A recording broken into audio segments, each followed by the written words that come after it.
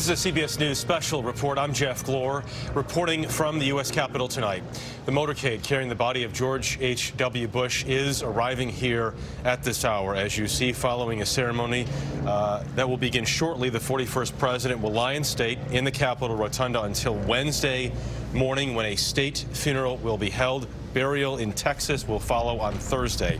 I am joined here at the Capitol as we watch this extraordinary scene by CBS This Morning's Norah O'Donnell, and in our Washington studio by Bob Schieffer, John Dickerson, Margaret Brennan, and Major Garrett. Nancy Cordes is here on Capitol Hill, and as the caravan of vehicles makes its way forward, we'll check in with Nancy first. Nancy, tell us what we're about to expect here. Well, Jeff, I don't know if you can hear the drums behind me, but the U.S. Army has moved into position here on the east front of the Capitol, and a short time from now, the motorcade bearing the casket of the 41st president will arrive here. A military honor guard will gently remove it from the hearse and then carry it up the east steps of the Capitol behind me. And waiting at the top of those steps will be his longtime friend, his former Secretary of State, James Baker, who made the trip here to Washington with the 41st president's casket from Houston today, but also his former Vice President, Dan Quayle, and more than a dozen members of his cabinet. So that should be a very poignant sight. And then the casket will be carried into the rotunda of the Capitol. A very special ceremony, only the 36th person to lie in state or lie in repose here in the U.S. Capitol in history. There will be the laying of wreaths, a brief ceremony where we'll hear remarks from congressional leaders and also from the current Vice President of the United States, Mike Pence, who is now here at the Capitol as well. We have already begun to see some members of the public line up. They will be allowed in later tonight. And to give you a sense, Jeff, of the scene that we're about to witness over the next couple of days, when the last president laid in state here at the U.S. Capitol back in 2007, Gerald Ford, 57,000 people filed through the Capitol Rotunda over a couple of days to pay their respects, and we're expecting to see that kind of outpouring here over the next couple of days for George H.W. Bush as well. Right, so what you have here now and what you're looking at on the screen is the hearse that carries the former president as part of this procession. That is then followed by a limo carrying President George W. Bush, his son, and his wife. That's followed by the Secret Service then, of course, and there's a couple family buses because at least 17 members of the family came with them as we watch the arrival here. Norah, and the drums don't just sound poignant here, but the picture-perfect sunset that we're looking at behind us here. The sun is setting here in Washington, just as the most important people in Washington have come on the east front of the Capitol to say goodbye. I was downstairs, and many of the senators of both parties were making their way to the Capitol Rotunda. This is a bicameral and a bipartisan welcoming ceremony. I saw you ran into Senator Shelby there just a few moments ago. We saw John Sununu. So many names that we've become so familiar with, past and present, here in Washington. Let's listen in for a moment.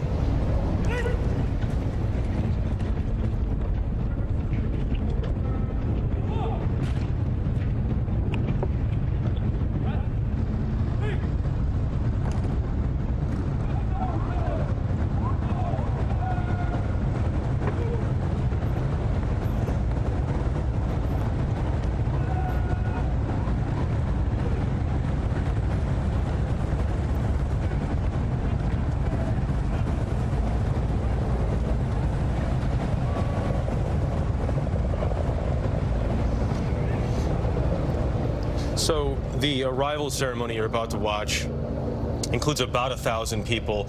That will then be followed by a service there, which will last for about an hour, and then the president's casket will lie in state until Wednesday morning before the full service at the National Cathedral. As we mentioned, Bob Schieffer, John Dickerson, Margaret Brennan, Major Garrett, look at that picture of our nation's capital tonight as the sun sets in more ways than one this week. It's the end of an era. It's pretty amazing to look at. Bob, talk about what goes through your mind as you watch all this Well, you know, I can remember when Lyndon Johnson lay in state, and I remember my wife and I going up there that night, and Linda and Lucy, his daughters, were there shaking hands with everybody, and down through the years, Gerald Ford, I think we just said, was the last president to lay in state. And I guess we ought to, all of this is a strict protocol, and no one but a president lays in state. John McCain's casket was there, but you say, what is it, Major? Repose. If it's someone other than a president, they lie in repose. But you have to be a pretty cynical person not to be moved by watching and seeing the kinds of pictures that we're seeing here today. It's just, it's almost indescribable to me. It's a reminder of the institutional importance of our country with the presidency, and that the presidency is an all-encompassing office. It is elected as a representative of one party, but the presidency is meant to serve the entire country. In moments like this, when we reflect on a president's legacy, the whole country gets a chance to take its own stock, and historians take their own stock, and the country sort of sits back and says, presidencies matter as a national institution, not strictly a partisan institution or a representative of one ideology or one political party by itself. To govern this country successfully, to govern this country in a bipartisan way, as George Herbert Walker Bush clearly did, and demonstrably and organically did, you need both parties at the table and both parties in agreement. When he talked about, many years later, the Americans with Disabilities Act, which transformed the lives of 40 to 50 million Americans, he said it had to be bipartisan, or as he said, nonpartisan. That was its legacy. That's why it was durable, because so many stakeholders of both parties were involved in drafting that and seeing it implemented. That's instructive in the way to approach politics that lasts and changes things for the better. You know, we've been talking about the family all day, and just when you see all those old former staffers, I mean, they are undoubtedly remembering those crucible moments with George Bush. I mean, during the Cold War, when real things were at stake, the fights over the budget, and then the political campaigns. He ran in some very tough political campaigns, and all of the people gathered there at the top of the steps are no doubt reflecting back on those moments when they hadn't gotten any sleep for long periods of time, and they were there in the trenches with George Bush. And so often people refer to H.W. in this one-term president in an almost as derisive way. But if you look at the period of time when he was in that presidency, along with those cabinet members that you were just talking about, the kind of experience he surrounded himself with, it was sort of the dream team foreign policy-wise. You had Brent Scowcroft, his dear friend James Baker, who was sharing those details of his passing with us yesterday. Dick Cheney was here with us on Face the Nation, and he said the country was really lucky to have him when they did. Because, yes, it was just a 4-year term, but he came into that job with the inheritance knowing everything, all the risks facing the world, because he'd been vice president, because he'd been CIA director, and managed through what could have been a tremendously risky period of time at the end of the Cold War, managing that and really opening the door to America becoming the sole superpower at that time. Well, and you remember having talked to James Baker, one of the first things that George Herbert Walker Bush did was settle accounts in Central America, quiet Nicaragua and that war which had bedeviled Ronald Reagan's presidency, and that was a platform to do other successful maintenance and stabilizing initiatives on the global stage.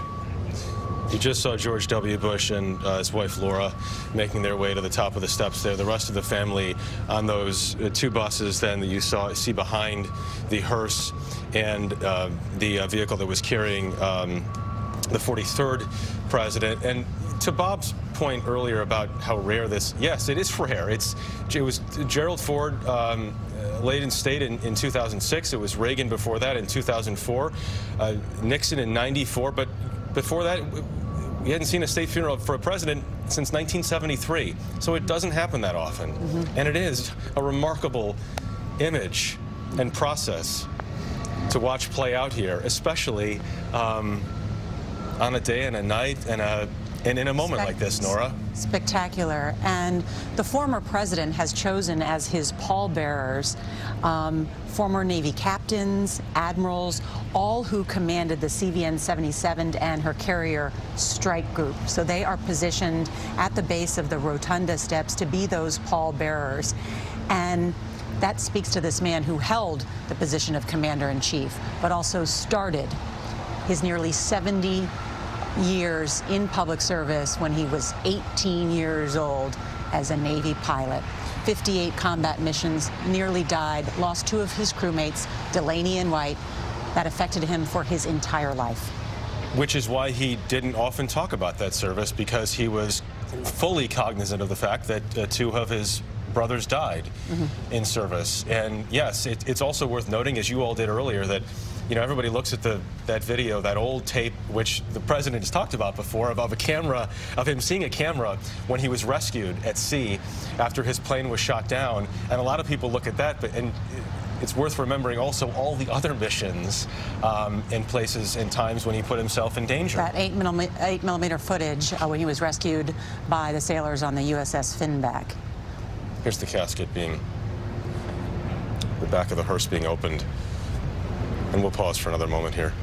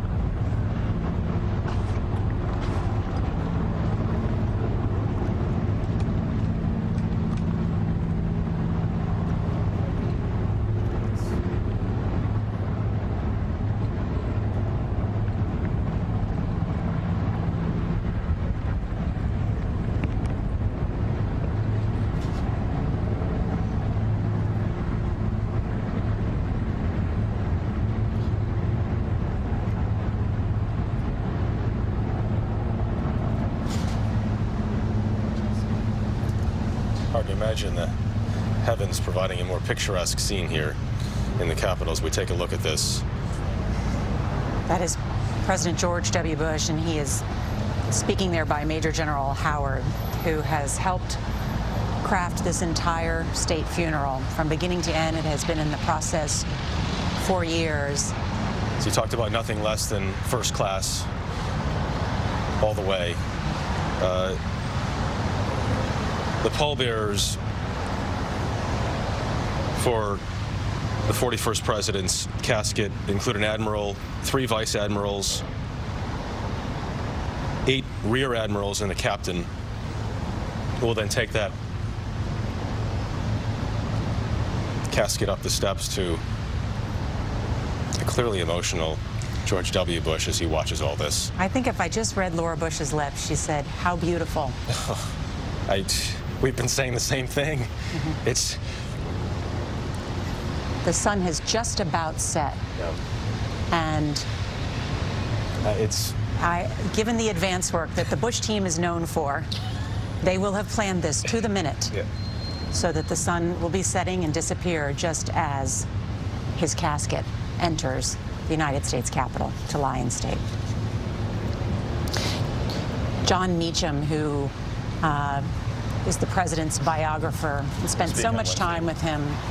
And he's speaking at the state funeral on Wednesday at the National Cathedral. He said character is destiny. Presidents don't change when they get to that office. They become more of what they are. It's the overwhelming tsunami of history does not allow you in that maelstrom to suddenly discover someone you are not.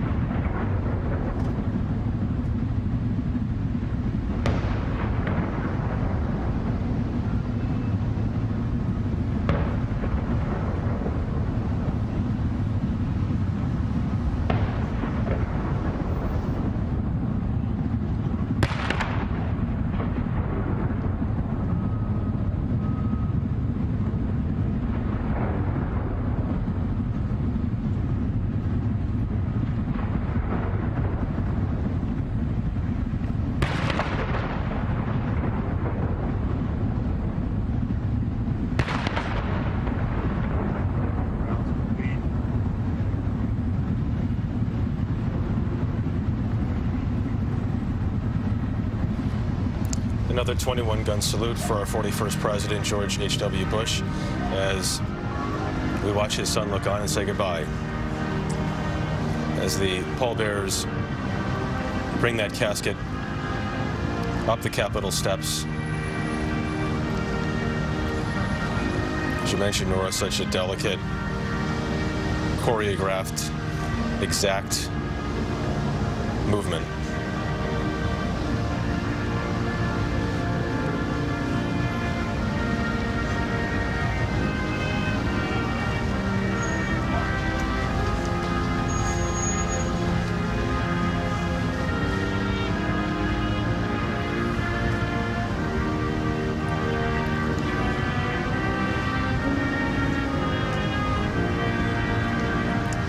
Casket being preceded by the Special Honor Guard.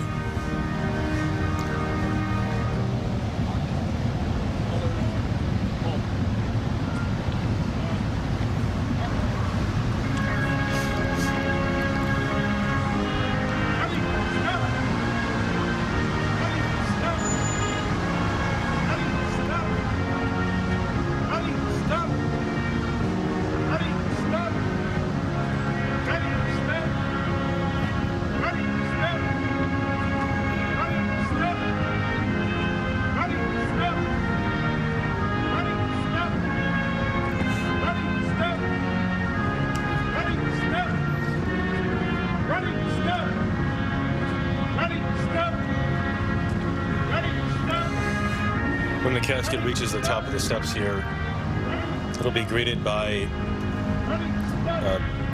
President Bush's former Vice President Dan Quayle, also James Baker, who was also the former Secretary of State, and White House Chief of Staff, who was on the plane as well, and with the President in his final moments, Andy Card, former Vice President Dick Cheney, Elizabeth Dole, Bob Gates, Colin Powell, Senator Lamar Alexander. The list of names is pretty amazing to think about. And the comment that Bob Gates made, by the way, after the president passed, regarding what he did and his stewardship of this country and this world, for that matter, when he said there's no precedent in all of history for the collapse of a heavily armed empire without a major war. He was a figure of enormous historical importance. One of our most consequential presidents, presiding over a change of the global world order, and has been remarked, did not spike the football with the fall of the Soviet Union. And I think his life, I'm touched by this because it's extraordinary to see this. And I'm also just reminded about the nobility of service to one's country. And I wonder if that's a lost ideal in some ways. And so for all of us to pause and remember about the deep sacrifice that our men and women in the military make, to have a commander-in-chief who has served and honored that. He is the last president to have served in combat. As John Dickerson, President George W. Bush watches the casket of George H.W. Bush pass by him. It's just, you can see, I mean, the Bushes make fun of that they're a family of criers, and I was at a funeral once, and George Herbert Walker Bush, eulogizing his friend Hugh Sidey, the former journalist, broke down, and it was a sign of the deep friendships he had. And so his son, it's got to be just overwhelmingly emotional watching this beautiful tribute at the beginning of this ceremony. And we heard from James Baker yesterday when he was recounting those final moments that he was there for with the former president, that 40 minutes before he passed, in those final moments when he was calling all of his children, the very last phrase was to Bush 43, to the former president, George W., saying, "I love you too." And this is the most, in my opinion, beautiful building in all of America, the nation's capital. I've worked in the Capitol, I've worked at the White House. The White House is impressive, it has a grandeur, but I think the Capitol is the most beautiful building in all of America. Its architecture speaks to the world about its lofty aspirations, its high ideals, and those who work in it love and revere it for that reason. And George Bush is returning to the place where he started his political career, as a member of the House of Representatives, elected in 1966. Lying in the rotunda is close to his political origins as a member of the House, first and foremost, and serving in government in many other capacities. I got a note from Tom McMillan, a Democrat from Maryland who was in Congress during Bush's presidency. And he recounts the story, February 26, 1991. He's in the House gym. President Bush was in the House gym because he retained his House gym privileges even as president. He's playing, that is to say, Tom McMillan is in the gym. He notices on CNN that Saddam Hussein has surrendered. He knows President Bush is in the sauna, and he wrote me a note where he says, "By then, President Bush was in the sauna with his buddies. I turned to the Secret Service agents and asked if the president knew about this development, and they told me to tell him the good news. So I opened the door of the sauna. With the steam blocking my view, I said to the president that I had just heard that the war was over. He said, 'Tom, that is truly great news, and thanks for letting me know. I've wondered how often one has had the opportunity to tell a president that a war is over.'" That was told to the President of the United States in the House gym by a Democrat who he had knew and had a good relationship with. That in itself is a kind of illustrative story about George H.W. Bush, his relationship with the House, and his bipartisanship. And look at this from the dome of the Capitol looking down now. This is where the body will lie in state. You know, the part that I find so reassuring about this is its sameness. We do this the same way. In the same way we vote our presidents in, they take the oath, they pledge to defend the Constitution. There are no oaths to people, but to the Constitution. And this is just one of the ceremonies that forms the foundation of our government. And to me, that's the part that I feel good about. The ritualistic fabric of American political life. It's hard not to feel good about the country when you watch all of this happen this afternoon, while we also remember his service. But as George W. Bush said, my father taught me that the office of the presidency is more important than the man who occupies it. He said it was one of the most important things his father taught him, and that whoever occupies that office should bring honor to that office. And we should point out that the Lincoln catafalque right there, Bob, as you mentioned, what's the same? That's the same. Yep. Since 1865, built to support Lincoln's casket. And if you come and visit this beautiful building, as Major mentioned, you can see the catafalque. It's held down in the basement, and you can walk by and see it, or you can visit in the next day or two and see President George Herbert Walker Bush lying in state. Before the public is invited, though, what we're about to watch here is the service that you're about to watch. You'll hear the invocation remarks from the Senate Majority Leader Mitch McConnell. Will speak Paul Ryan, the outgoing Speaker of the House. Will speak the Vice President. Will then speak. You'll see America the Beautiful performed by the U.S. Naval Academy Glee Club. Laying of wreaths by the Senate Majority and Minority Leaders, a laying of wreath by the House Speaker, a laying of wreath by the Vice President, another performance by the Glee Club, and then benediction.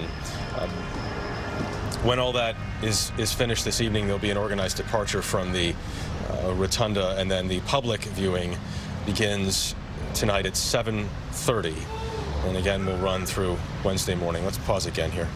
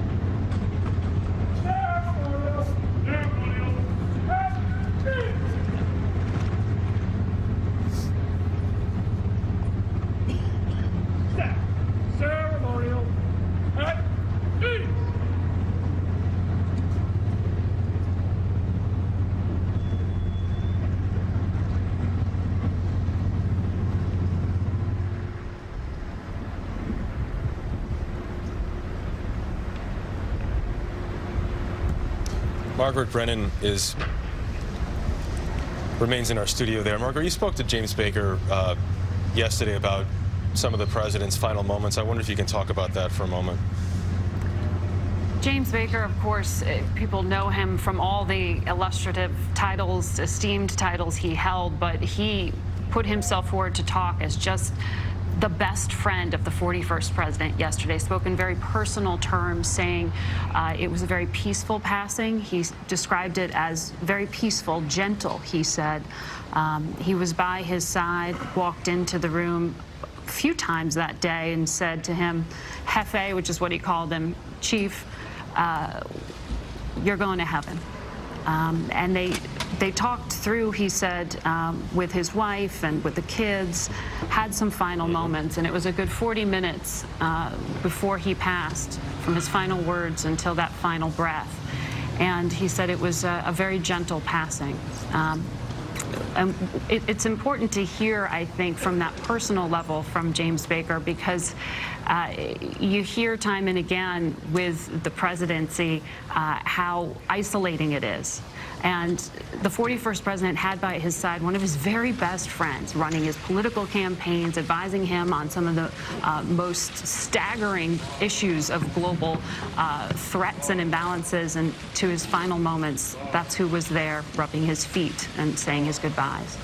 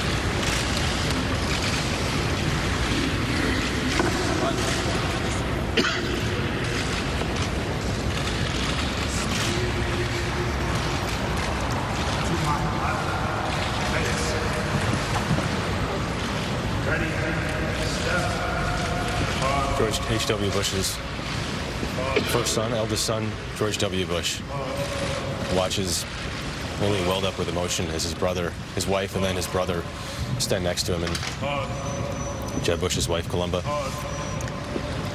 Vice President Quayle is there, and he said... You don't see him much anymore, a lot, yeah. But you do here tonight. He said our 41st president was the most honorable, decent, and capable of gentlemen, as close to the ideal of the office as anyone in our lifetimes. Vice President Pence, members of the Supreme Court there as well. We saw Senate Majority Leader Mitch McConnell. We give you thanks, Almighty God, for the appearance among us of great men and women who serve as inspirations for all Americans to be their best in service to God, country, and neighbor. This day, we honor our 41st President, George H.W. Bush. President Bush dedicated his entire life to public service as a vocation, first in the military, then as a member of Congress, a diplomat, director of the CIA, vice president, and finally, president. It is a record of service reminiscent of John Quincy Adams and unmatched in nearly a century. We thank you, O God, for having endowed President Bush with noblesse oblige, and ask that his example of service to others might be an inspiration to all Americans, indeed to all the world. As we continue this celebration of honor, grant that all who attend to these proceedings might be desirous of being our best selves in service to all our brothers and sisters, as you might call us to be.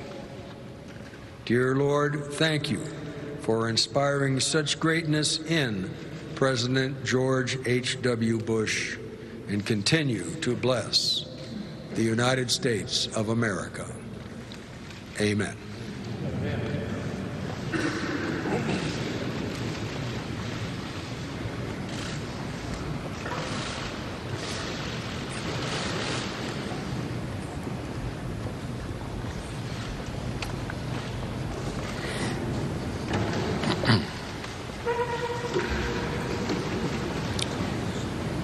"30 years ago, on the west front of this Capitol, George Herbert Walker Bush addressed the nation for the first time as our president.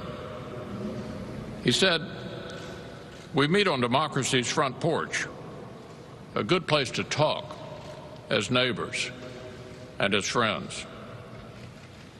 The words of a humble servant who loved his fellow citizens, and of a principled leader who knew America not only guards our own future, but also safeguards democracy for the world. Today, this hero has returned to the Capitol a final time, not on the front porch of our democracy this time, but here in its hallowed cathedral, beneath paintings that tell the story of our land and our liberty, and flanked by statues of his fellow champions whom he joined in making that story possible.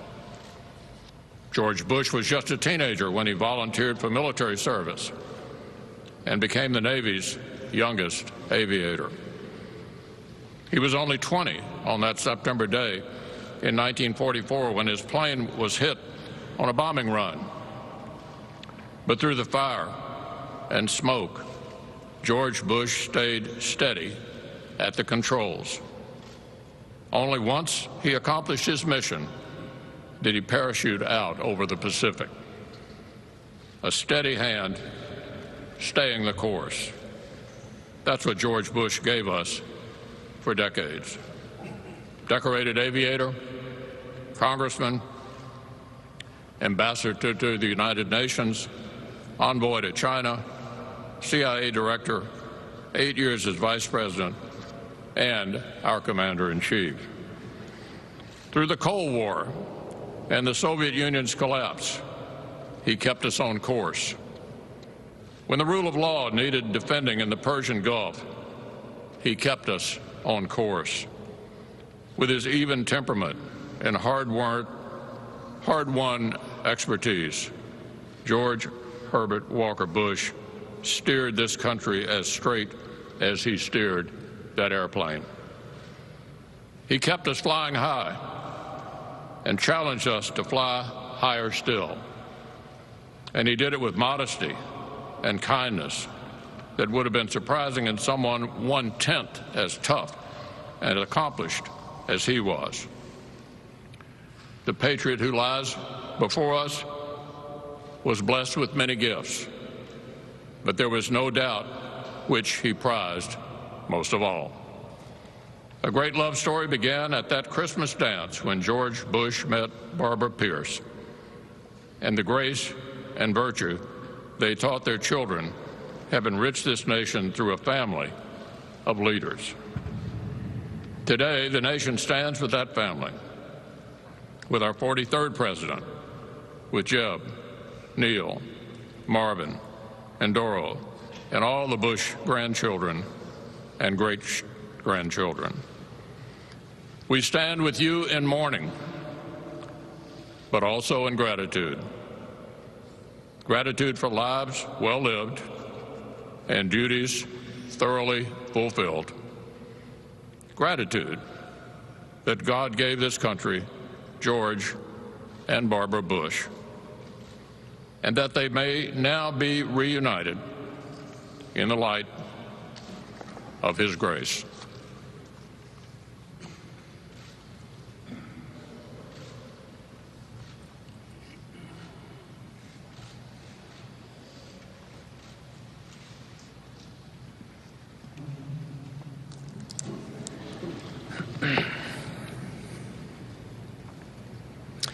As Americans, we have no more solemn duty than laying a great patriot to rest.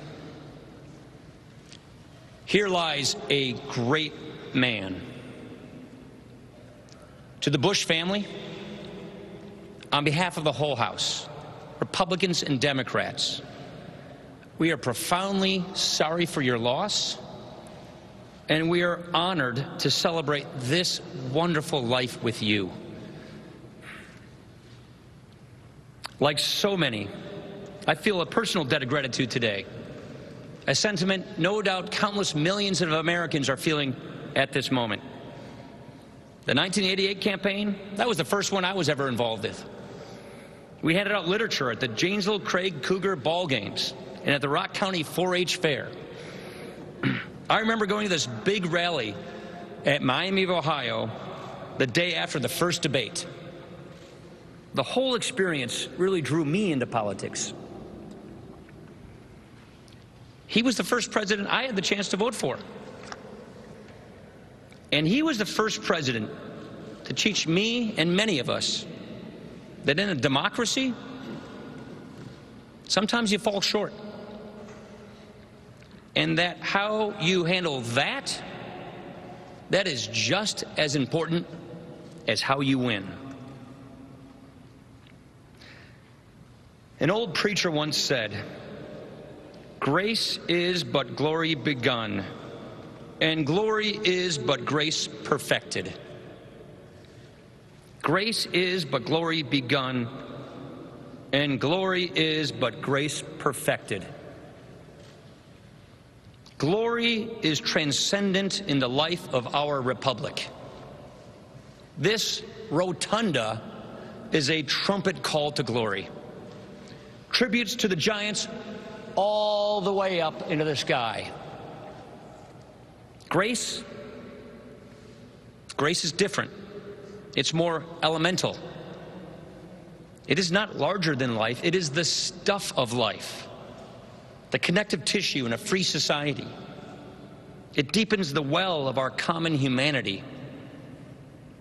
Throughout his life of service, President Bush personified grace. His character was second to none.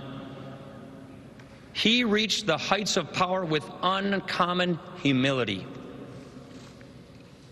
He made monumental contributions to freedom with a fundamental decency that resonates across generations. No one better harmonized the joy of life and the duty of life.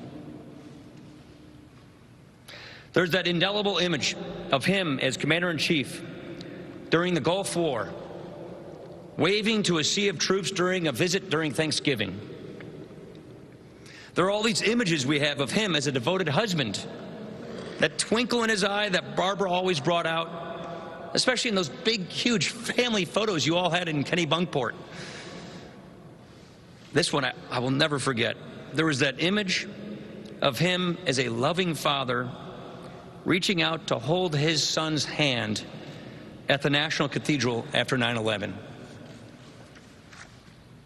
There's this letter he wrote his children on the last day of 1990 as he wrestled with a decision over Operation Desert Storm. He begins by recounting the family Christmas, and he apologized if he seemed distracted. "I tried not to be," he writes. Then for about a page, he elaborates on his struggle over sending young Americans into harm's way. Twice in the letter, he writes, "Every human life is precious."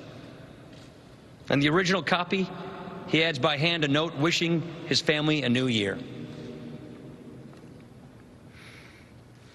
In consequential times, George Herbert Walker Bush demonstrated the finest qualities of our nation and of humankind.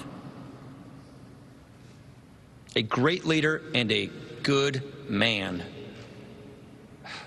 A soul of firm resolve.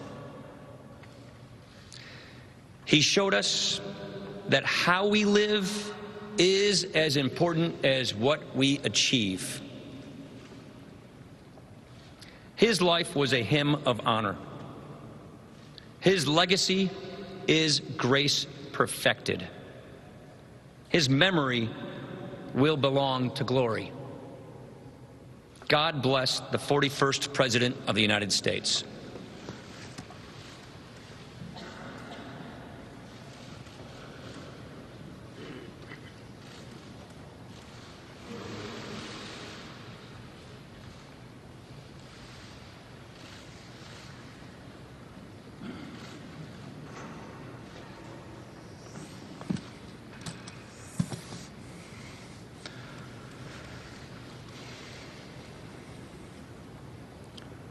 Speaker Ryan, Leader McConnell, Leader Schumer, Leader Pelosi, members of Congress, distinguished guests, but most of all,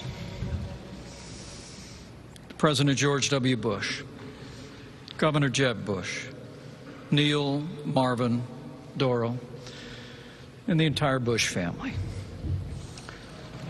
It is deeply humbling to stand before you today at the beginning of a week in our nation's capital when we will commemorate and celebrate the lifetime of service and leadership of the 41st President of the United States, President George Herbert Walker Bush. The Bible tells us to mourn with those who mourn and grieve with those who grieve. And today, on behalf of the First Family and my family and the American people, we offer our deepest sympathies and respects to your family. And we thank you for sharing this special man with our nation and the world. Today, President Bush becomes the 32nd American to lie in state in the United States Capitol Rotunda. Soon, Americans from every corner of the country and every walk of life will make their way to this rotunda to pay the respects of a grateful nation. Upon the death of Abner, it is written that King David said, "Do you not realize that a commander and a great man has fallen in Israel this day?" George Herbert Walker Bush was such a man. While he was known as the quiet man, it was not for lack of nerve or daring. For in all of his 94 years, President Bush never lost his love of adventure, and he never failed to answer the call to serve his country. Born into a tradition of public service, George Herbert Walker Bush began his own life of service when he was still in high school. After the Japanese attacked Pearl Harbor in December of 1941, he wanted to do his part, so he enlisted in the United States Navy on his 18th birthday. On receiving his wings, he became the nation's youngest naval aviator and was sent to the South Pacific, where his story almost ended. September 1944, on a bombing raid over Chichijima, his aircraft was hit. His engine caught fire, but he still managed to hit his target before bailing out and being rescued by American forces after some 4 hours at sea. All told, he flew 58 combat missions. And for his bravery under fire, he earned the Distinguished Flying Cross, which would have been enough honor for any American life. But George Herbert Walker Bush was just getting started. After he came home, he staked his claim to a booming post-war America by making a name for himself in the oil business. For 4 years, he walked these halls as a congressman from Houston. President Nixon took notice of the young Texan and asked him to be our ambassador to the United Nations. He led our party during a tumultuous time for the presidency, and after earning the respect of another president, he did the work of a diplomat as the first United States envoy to China and led the CIA. And then, for 8 years, George Herbert Walker Bush served as the 43rd Vice President of the United States. I'm told as he was preparing to become Vice President, he once joked about the job, saying that there was, quote, "nothing substantive to do at all."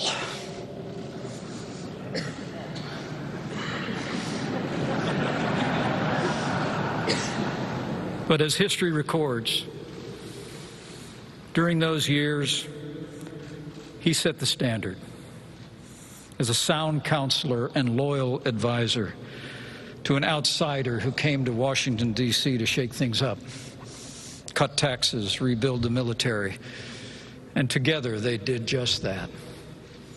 And then, in 1988, he made history again, when George Herbert Walker Bush was elected in a landslide as the 41st President of the United States of America, becoming the first sitting Vice President to win the presidency in more than 150 years of our history.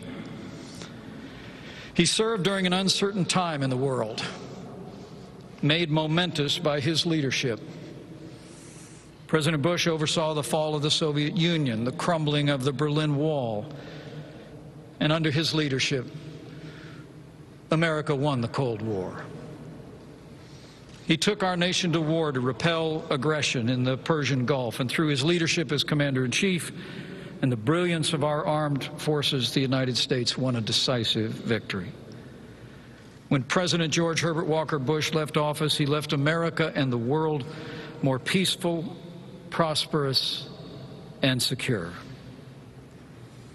President Bush was a great leader who made a great difference in the life of this nation. But he was also just a good man who was devoted to his wife, his family, and his friends. I was lucky enough to meet him in 1988 when he was vice president, and I was a 29-year-old just getting started in politics. Then, as always, I was struck by his approachability. There was a kindness about the man that was evident to everyone who ever met him. All his years in public service were characterized by kindness, modesty, and patriotism. He was so modest, in fact, that he never wrote an autobiography. But he did leave a record of his life in the thousands of letters that he wrote. I'm told that he started writing letters to his parents when he was 18 years old. And over time, his circle of correspondence grew to include family, friends, advisors, staff, business associates, former presidents, and just about anyone who would take the trouble to write to him. After a lifetime of writing letters, my son got one just not too long ago. As I told two of his sons this weekend, when our son made his first tailhook landing as a Marine aviator on the USS George Herbert Walker Bush, I took the liberty of writing the ship's namesake to ask for a small favor. I didn't write him as a vice president to a former president. I just wrote as a proud dad of a Marine aviator to a former Navy pilot. I asked him to sign a picture of the flight deck that I could give to my son. Now, we were told by the staff that the president had long since ended the practice of signing autographs, and we understood that. But little to my surprise, just in time for my son's winging, there came not only a signed photograph, but, of course, a letter. Hand-signed as well. August 2018. In that letter, President Bush wrote to my son, in his words, "Congratulations on receiving your wings of gold. I know how proud you and your family are at this moment." And then, in words that assured us that the letter came directly from him, he wrote, quote, "Though we have not met, I share the pride your father has for you during this momentous occasion, and I wish you many CAVU days ahead. All the best, G. Bush." I would come to learn that that acronym, CAVU for short, is a term Navy pilots have used since World War II. It stands for Ceiling and Visibility Unlimited. President Bush described CAVU, in his words, as the kind of weather we Navy pilots wanted when we were to fly off our carrier in the Pacific. And he once wrote a letter to his children saying that CAVU, in his words, describes my own life as it's been over the years and as it is right now. Ceiling and visibility unlimited. You know, that may well describe the essence of this man. And it may well have been his vision. The vision he had for his life, for his children, his children's children, and his country. No barriers, no boundaries, no limits. So we mourn with those who mourn and grieve with those who grieve. But we do not grieve like those who have no hope. For President George Herbert Walker Bush had that hope. His faith sustained him throughout his life of service, and we pray that faith will be a source of comfort for all those who mourn the loss of this good man and great American. President George Herbert Walker Bush loved his family, and he served his country. His example will always inspire, and his lifetime of service will be enshrined in the hearts of the American people forever. May God bless the memory of George Herbert Walker Bush. May God comfort his family and friends. And may God continue to bless the United States of America.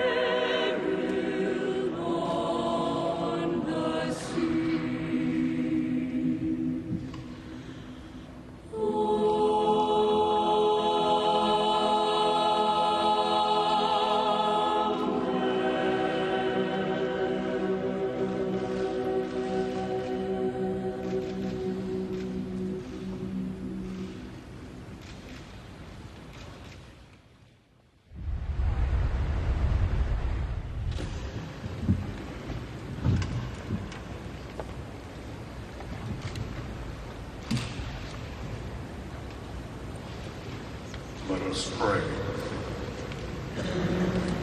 Eternal Father, strong to save, in whom we live and move and have our being, we praise you for your generous providence that provided our nation and world with the gift of your servant, President George Herbert Walker Bush. Lord, we're grateful for the privilege you gave us to learn and grow from his integrity, kindness, heroism, courage, excellence, service, intellect, humility, civility, and spirituality. As we celebrate this well-lived life, challenge us, O God, to also leave the world better than we found it. Continue to comfort those who mourn. Touch each member of the Bush family with your mercy, love, and grace. And God, support us all the day long until the shadows lengthen and the evening comes and the busy world lies hushed and the fever of life is over and our work is done. Then, in your mercy, grant us a safe lodging and a holy rest and a peace at last. We pray in the name of George Herbert Walker Bush's Savior and friend, Jesus Christ. Amen.